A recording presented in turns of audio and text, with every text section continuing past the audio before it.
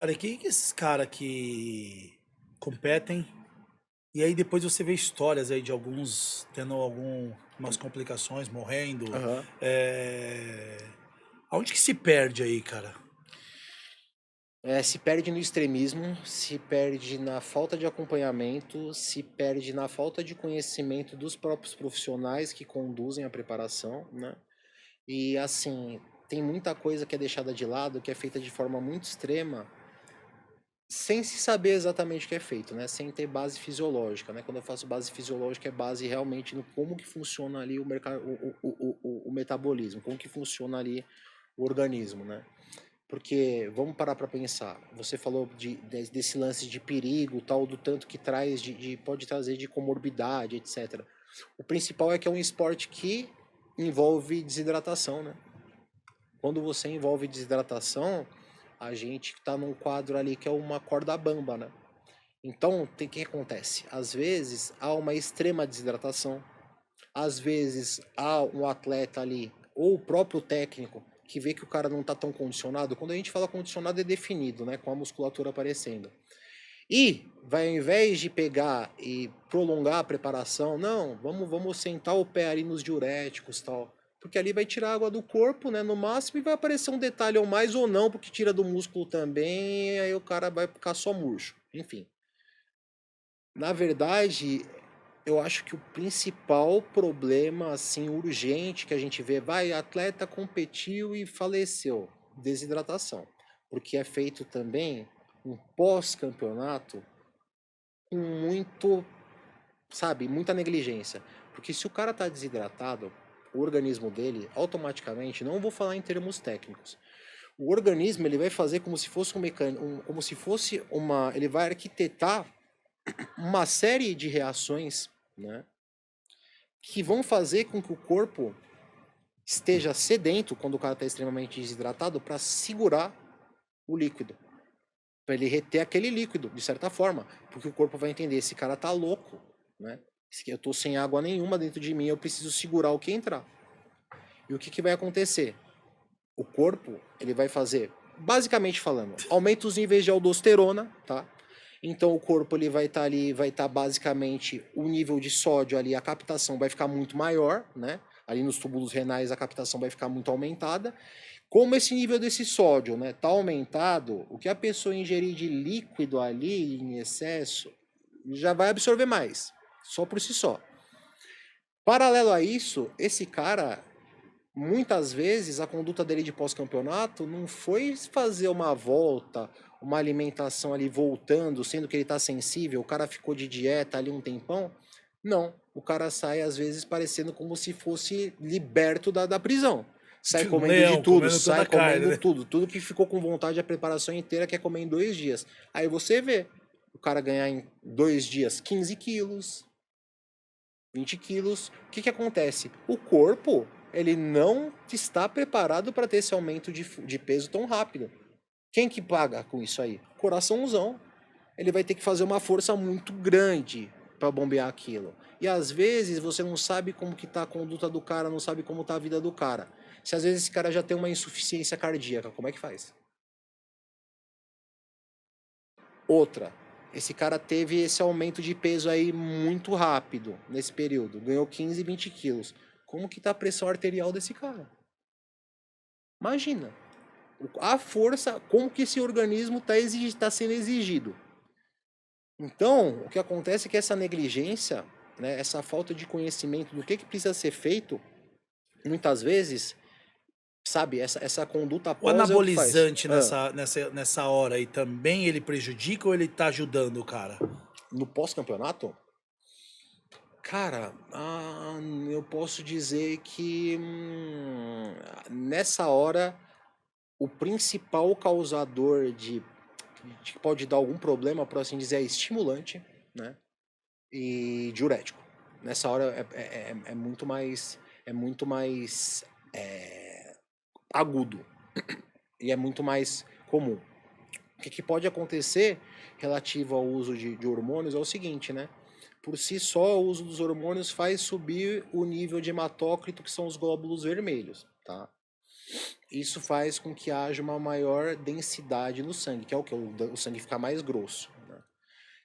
Também, pelo fato de tá com níveis de água menor, vai cair a parte do volume de água nesse sangue, e esse sangue vai ficar mais espesso, né? Tanto que se for pegar o hemograma de uma pessoa que está desidratada, né, a gente já vê, já ali nas 3 primeiras linhas, já dá para ver que essa pessoa está desidratada. Né? E aí, o que acontece? O sangue engrossa, tá? E aí, vamos parar para pensar que também a pessoa já está ali tomando estimulante. Ou seja, o coração já está sendo forçado. Uma bomba Beleza. relógio, né? Uma bomba relógio. E o que acontece é que uma estratégia que é feita muito comumente, né, que é para trazer mais definição, mais tônus muscular, é diminuir os níveis de estradiol, né, no atleta competitivo na semana, né, durante todo o processo, mas proeminentemente na semana ele já vai estar com esses níveis de estradiol mais baixos.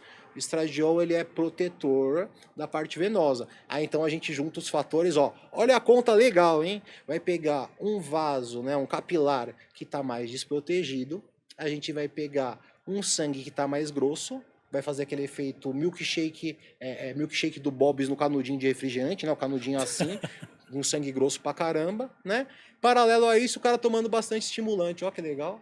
Um coração que às vezes está batendo ali num ritmo acelerado, né, desenfreado, aí desnivelado, com sangue mais grosso, com o vaso mais fraco. Tá pronto para explodir.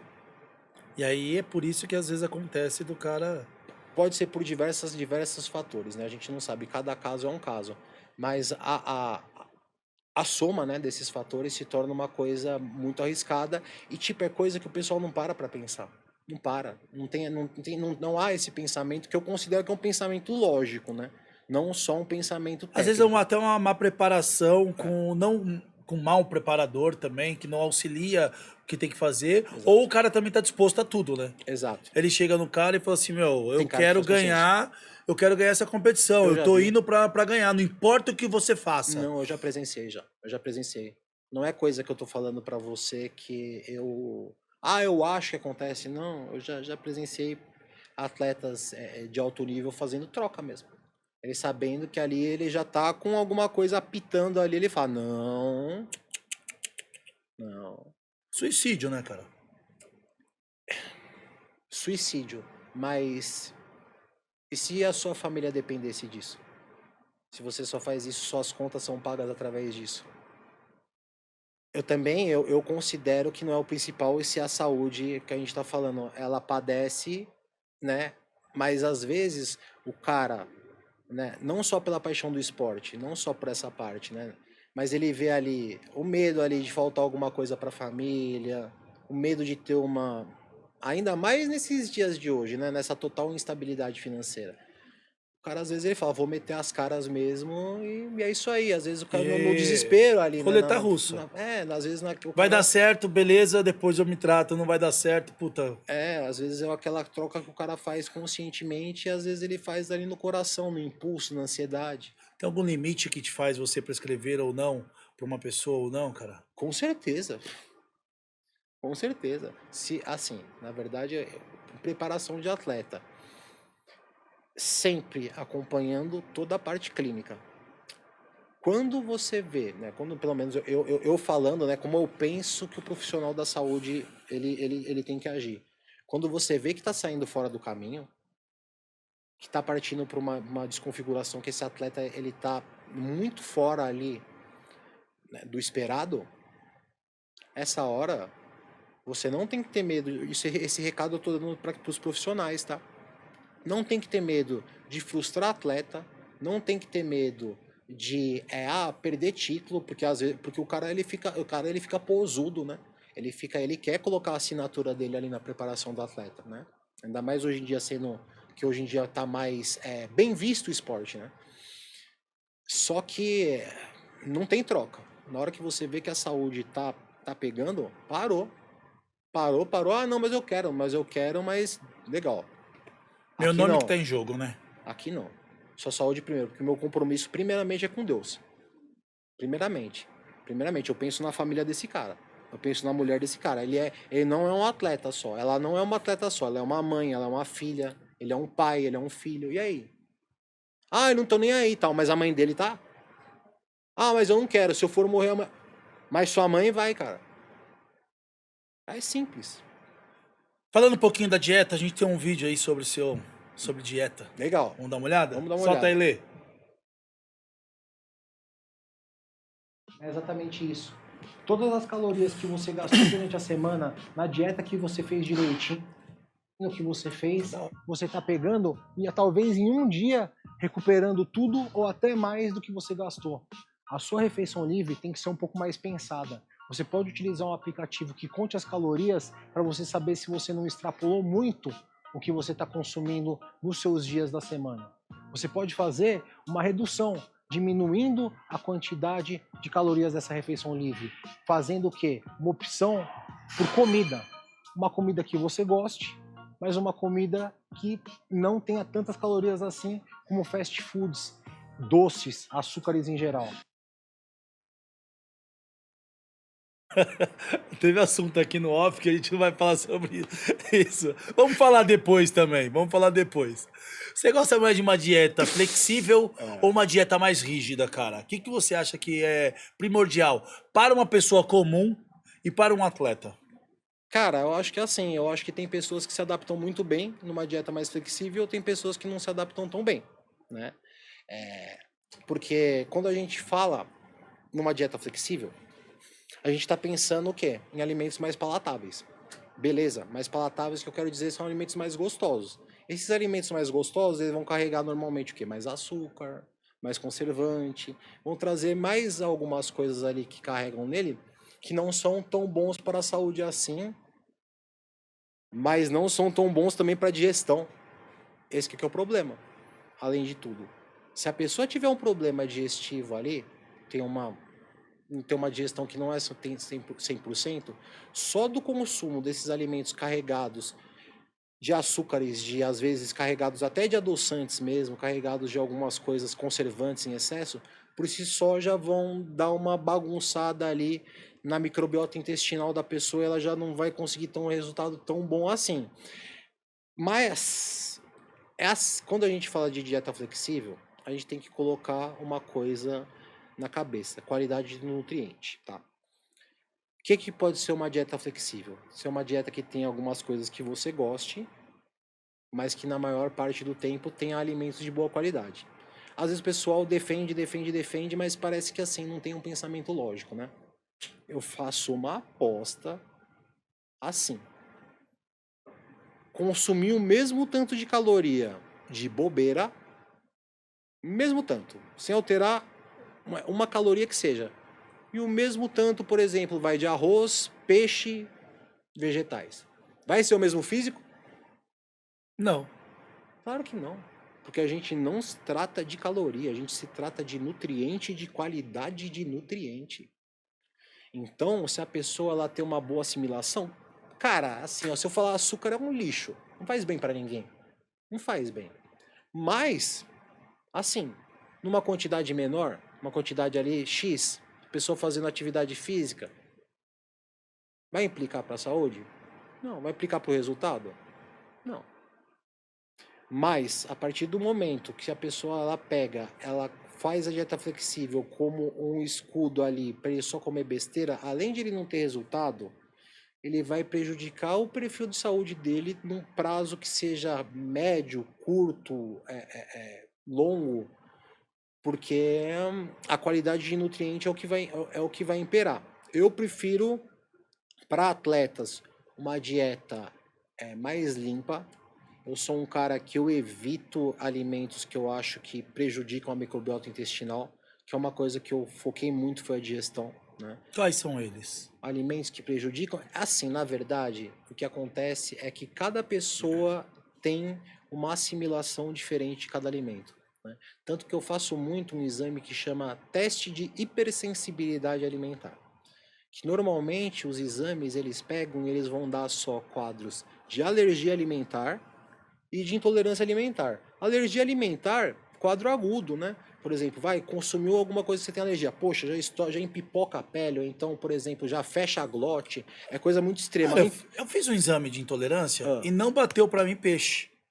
Só que eu posso ir num japonês, cara, eu encosto no peixe, me dá uma diarreia de 1 dia e meio. É porque, na verdade, você tem uma hipersensibilidade muito alta ao peixe.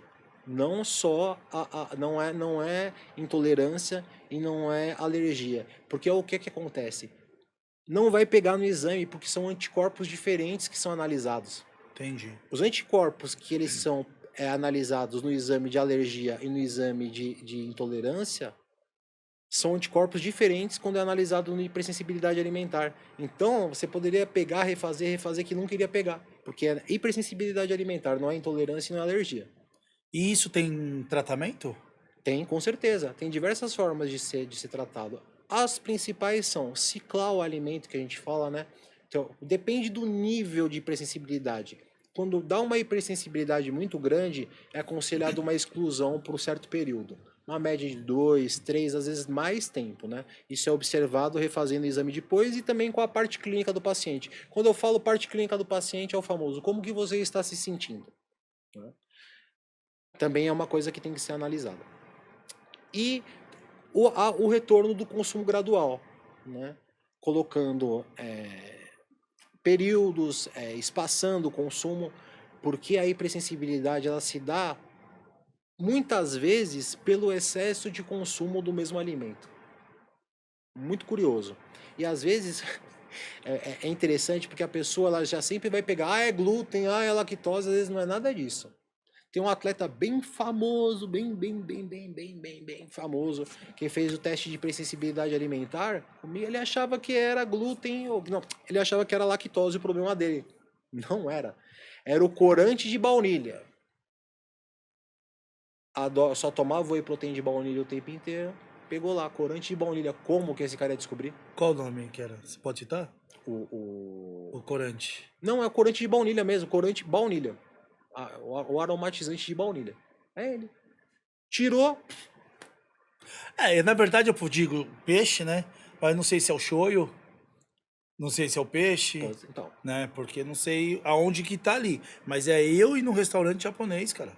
Então, e dependendo, por exemplo, o exame de hipersensibilidade alimentar, ele dá a especificação de qual peixe que é que você tem.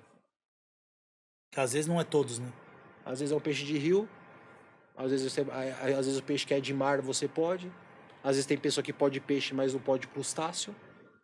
Vai de cada um. A melhor maneira é essa, exame de hipersensibilidade alimentar. Perfeito. Voltando um pouco à competição.